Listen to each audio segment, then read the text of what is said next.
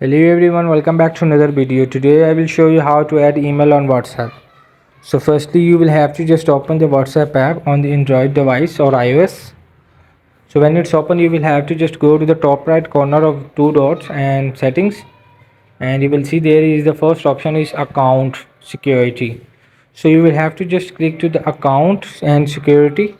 So when it's open the account, and you will see on the third option is email address. So you will have to just click to the email address, and once you will be click to the email address, and you will see you will just click to the green button in the last is add email. So you will have to just simple add email. You will just write your email address. I hide for it's for privacy, I can't share with this public. So you can add your email address and it will be given sent to your email the verification code. You will just go to the email and copy the code and put him back and paste it in the WhatsApp verification code of 6 digits. So you have to just click to the verify. So you will see the verified is complete.